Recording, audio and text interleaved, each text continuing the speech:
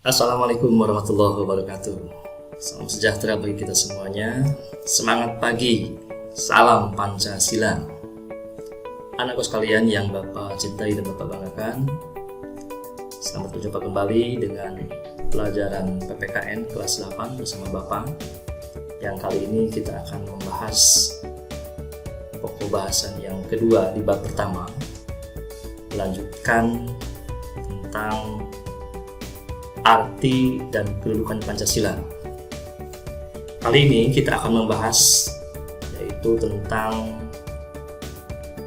makna Pancasila sebagai dasar negara dan pandangan hidup bangsa yang telah kita bahas minggu yang lalu.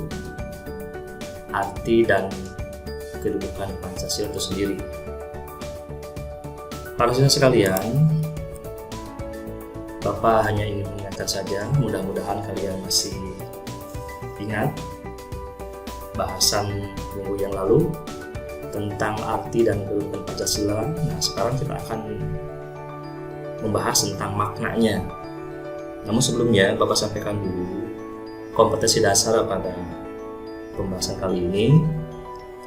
Sebetulnya masih sama, ada kompetensi dasar sikap spiritual, yaitu mudah-mudahan kalian bisa bersyukur kepada Tuhan Yang Maha Esa atas konsensus nasional Pancasila sebagai dasar negara dan pandangan hidup bangsa.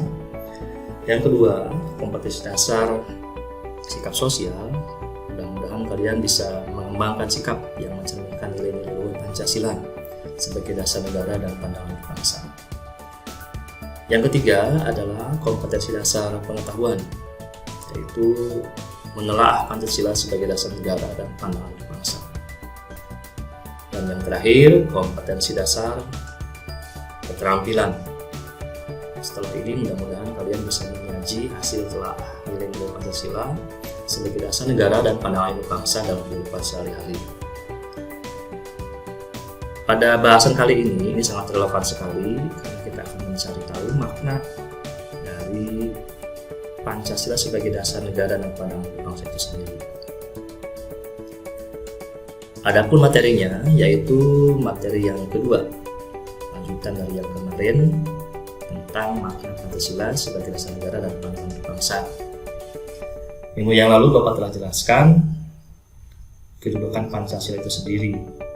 Yang lebih penting yaitu sebagai dasar negara dan sebagai pandangan hidup bangsa. Mari sama-sama kita lihat bagaimana makna Pancasila itu sendiri bagi negara kita, negara Kesatuan Republik Indonesia. Namun sebelumnya, izinkanlah Bapak memberikan beberapa pertanyaan yang terkait dengan fungsi dan kedudukan Pancasila minggu yang lalu yang telah kita bahas. Yang pertama, coba Anda tunjukkan dari fungsi dan kedudukan ini apakah sebagai dasar negara atau sebagai pandangan hidup bangsa. Yang pertama, Pancasila dijadikan sebagai pedoman dalam membuat aturan perundang-undangan. Silakan dipilih apakah ini sebagai dasar negara atau sebagai pandangan hidup bangsa. Yang kedua, Pancasila dijadikan pedoman dalam memecahkan persoalan bangsa sekarang ini. Apakah sebagai dasar negara atau sebagai pandangan hidup bangsa? Yang ketiga, Pancasila dijadikan dasar dalam mengatur penyelenggaraan negara. Apakah ini sebagai dasar negara atau sebagai pandangan hidup bangsa? Yang keempat, Pancasila mengandung norma-norma dan nilai moral yang harus dilaksanakan. Ya, silakan. Ini menunjukkan Pancasila kedudukannya sebagai dasar negara atau sebagai pandangan hidup bangsa. Yang kelima, Pancasila dijadikan petunjuk hidup sehari-hari. Sebagai dasar negara atau sebagai pandangan hidup bangsa. Yang keenam, Pancasila dijadikan sumber hukum. Silakan, ini menunjukkan fungsi dan kedudukan Pancasila sebagai dasar negara atau pandangan hidup bangsa. Yang ketujuh, Pancasila menjaga kelestarian bangsa agar tidak terombang-ambing dalam menghadapi persoalan bangsa. Silakan, ini menunjukkan sebagai dasar negara atau pandangan hidup bangsa. Yang kedelapan, sikap dan perilaku masyarakat Indonesia harus sesuai dengan jiwa dan nilai-nilai luhur Pancasila. Silahkan, ini menunjukkan sebagai dasar negara atau pandangan hidup bangsa. 9. Pancasila sebagai pondasi bangunan, kuat dan kukuh. Silahkan, ini menunjukkan sebagai dasar negarakah atau sebagai pandangan hidup bangsa. Terakhir, yang Bapak sampaikan, Pancasila sebagai guru norma dasar negara Indonesia. Silahkan, ini sebagai dasar negara atau pandangan hidup bangsa. Nah, anak-anakku sekalian yang Bapak cintai dan Bapak banggakan, seandainya kalian sudah bisa menentukan dengan benar dari ke-10 hal di atas, maka mudah-mudahan kalian sudah bisa menguasai dan memahami tentang fungsi dan kedudukan Pancasila seperti yang telah dibahas pada pertemuan yang lalu. Mari kita sama-sama coba lihat makna Pancasila sebagai dasar negara dan pandangan hidup bangsa. Tentunya yang pertama kita akan lihat dulu makna Pancasila sebagai dasar negara. Di setiap negara pasti memiliki yang namanya dasar atau fondasi negara. Ibaratnya sebuah rumah, pasti yang pertama kali dibangun adalah fondasinya. Kalau fondasinya kuat, dasarnya kuat, maka mudah-mudahan bangunannya pun akan kuat. Begitupun sebuah negara pasti memiliki dasar atau fondasi negara. Dasar tersebut berupa ciri, cita-cita, acuan, dan tujuan yang akan dicapai suatu negara. Jadi dasar negara itu menjadi ciri, cita-cita, acuan, dan tujuan yang akan dicapai oleh suatu negara. Menurut Hans Kelsen, dasar negara berkedudukan sebagai norma dasar, Grundnorm, dari suatu negara yang disebut norma fundamental negara atau Stat Fundamental Norm. Pancasila sebagai dasar negara. Hal ini berarti Pancasila dijadikan dasar dalam mengatur penyelenggaraan negara. Jadi, menurut Hans Kelsen, di negara kita, Pancasila ini berkedudukan sebagai Grundnorm atau Stat Fundamental Norm karena dijadikan dasar fundamental dalam mengatur penyelenggaraan negara. Apa yang melatar belakangi Pancasila dijadikan sebagai dasar negara atau sebagai norma dasar atau Stat Fundamental Norm? Hal ini dilatar belakangi Pancasila dijadikan sebagai dasar negara karena nilai-nilai Pancasila sesuai dengan jiwa dan kepribadian bangsa. Itulah yang melatar belakangi mengapa Pancasila dijadikan sebagai dasar negara.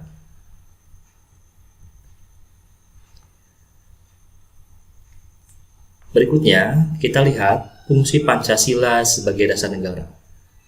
Tentunya ini yang membedakan antara fungsi Pancasila sebagai dasar negara ataupun sebagai pandangan hidup. Berikut ini adalah fungsi Pancasila sebagai dasar negara. Yang pertama adalah merupakan sumber dari segala sumber hukum. Jadi kalau negara tersebut akan membuat sebuah aturan hukum, maka sumbernya harus diambil dari Pancasila. Yang kedua, meliputi suasana kebatinan dari Undang-Undang Dasar 1945. Yang ketiga, merupakan cita-cita dari hukum dasar negara. Yang keempat, mengandung norma dan cita-cita moral yang luhur. Yang kelima, sebagai dasar dalam penyelenggaraan negara. Itulah fungsi Pancasila sebagai dasar negara.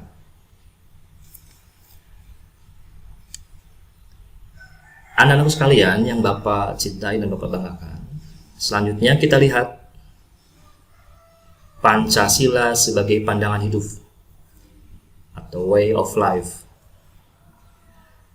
Pancasila sebagai pandangan hidup atau way of life berarti Pancasila sebagai pegangan, pedoman, dan petunjuk dalam bertingkah laku, dalam kehidupan bermasyarakat, berbangsa, dan bernegara. Jadi, Pancasila itu adalah pegangan, pedoman, dan petunjuk hidup. Apa yang melatar belakangi Pancasila jadikan sebagai pandangan hidup? Nah, hal ini dilatar belakangi karena sesuai dengan ciri khas bangsa Indonesia dan diambil dari kepribadian bangsa yang tertinggi. Nah, bagaimana kalau sebuah negara tidak memiliki pandangan hidup? Apabila suatu bangsa atau negara tidak memiliki pandangan hidup, maka negara tersebut akan terombang-ambing dan tidak akan dapat menyelesaikan persoalan bangsa. Tentunya kita tidak menginginkan hal ini, karena negara kita sudah memiliki pandangan hidup atau way of life, yaitu Pancasila. Mudah-mudahan tidak terombang-ambing dan dapat menyelesaikan semua persoalan bangsanya. Nah, inilah fungsi Pancasila sebagai pandangan hidup, agar kalian bisa membedakan Pancasila sebagai pandangan hidup atau Pancasila sebagai dasar negara. Yang pertama, fungsi Pancasila sebagai pandangan hidup adalah sebagai petunjuk dalam kehidupan sehari-hari. Yang kedua, sebagai petunjuk arah tujuan yang ingin dicapai suatu negara. Yang ketiga, sebagai pedoman dan pegangan dalam memecahkan persoalan bangsa. Yang keempat, untuk menjaga kelangsungan dan kelestarian bangsa. Inilah fungsi Pancasila sebagai pandangan hidup bangsa. Setelah kita bahas dari kedua fungsi ini, mungkin kalian sudah bisa menyimpulkan fungsi Pancasila sebagai dasar negara ataupun sebagai pandangan hidup. Yang terpenting adalah kita harus memahami, bukan hanya tahu Pancasila sebagai dasar negara ataupun pandangan hidup, tapi memahami pentingnya Pancasila, karena kita hidup di negara yang berpancasila. Menurut Hans Nawiaski, dalam suatu negara terdapat suatu kaidah tertinggi yang kedudukannya lebih tinggi dari undang-undang dasar. Jadi, menurut beliau, ada suatu kaidah, suatu aturan yang kedudukannya lebih tinggi dari sebuah undang-undang dasar. Sebutkanlah kalau negara kita undang-undang dasarnya yaitu Undang-Undang Dasar Negara Republik Indonesia tahun 1945. Di atas undang-undang dasar itu ada yang lebih tinggi, yaitu Pancasila. Itulah penjelasan Hans Nawiaski dalam konteks di negara kita. Berdasarkan kaidah tertinggi inilah sebuah undang-undang dasar dibentuk. Artinya, Undang-Undang Dasar Negara Republik Indonesia tahun 1945 itu dibentuk berdasarkan Pancasila sebagai kaidah tertingginya. Nah, maka oleh karena itu, kaidah tertinggi dalam negara tersebut disebut Stat Fundamental Norm. Kalau untuk bangsa Indonesia, maka Stat Fundamental Norm adalah Pancasila. Demikianlah arti penting Pancasila. Yang berikutnya, Pancasila sebagai dasar negara mendasari pasal-pasal dalam Undang-Undang Dasar 1945 dan menjadi cita-cita hukum yang dituangkan dalam peraturan perundang-undangan. Ini sesuai dengan kedudukan Pancasila sebagai dasar negara. Nah, berikutnya, kalau kita lihat semua sila yang ada di Pancasila tidak dapat dilaksanakan secara terpisah-pisah, dari mulai sila pertama sampai sila kelima. Kenapa? Karena merupakan satu kesatuan yang utuh dan saling berkaitan. Jadi sila pertama berkaitan dengan sila kedua, ketiga, keempat, kelima, dan selanjutnya sila kelima berkaitan dengan sila pertama. Nah, dalam hal ini kita lihat Pancasila ini berkedudukan sebagai pemersatu, atau dengan kata lain ligatur dalam kehidupan kebangsaan dan kenegaraan di Indonesia. Jadi Pancasila ini berkedudukan sangat penting karena sebagai ligatur atau pemersatu. Nah, kemudian sebagai norma hukum, Pancasila memiliki sifat imperatif. Imperatif itu artinya memaksa. Artinya, kalau Pancasila bersifat imperatif atau memaksa, berarti mengikat dan memaksa setiap warga untuk tunduk kepada Pancasila. Oleh karena itu, kenapa kita sebagai warga negara harus bersikap dan berperilaku dalam berbagai kehidupan sesuai dengan Pancasila? Karena Pancasila memiliki sifat imperatif. Anak-anak sekalian yang Bapak cintai dan Bapak banggakan, demikianlah pembahasan singkat tentang makna Pancasila sebagai dasar negara dan sebagai pandangan hidup bangsa. Mudah-mudahan di pembahasan ini kalian bisa memahami dan mampu membedakan kedudukan Pancasila baik sebagai dasar negara maupun sebagai pandangan hidup bangsa. Terima kasih. Akhiri dengan wassalamualaikum warahmatullahi wabarakatuh.